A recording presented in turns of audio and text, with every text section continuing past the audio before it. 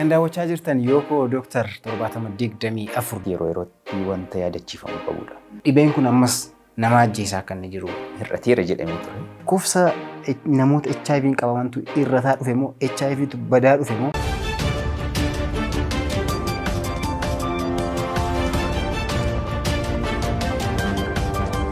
Dhukkuba kana ofirraa ittisuun nama danda'a. Akka koronaa illee miti. Ashama akkam jirtu kabajamtoota hordoftoota sagantaa Yookoo Doctor irraa oduu waa'ee fayyaa kan torbaniin isin dhageessa. Xiyyeeffannoo fi odeeffannoo sana hin qaban taane. Manaa fi manaa HIV qabanii mucaa godhachuu yoo barbaadan maal gochuu qabu? Namni eeggannoo gochuu qabaadha. Yeroo foddaa televiziyoonaa fi moobaayila keenya irratti balleessuun yoo hir'ifne waa'ee dhukkuba isaanii sirriitti beeku.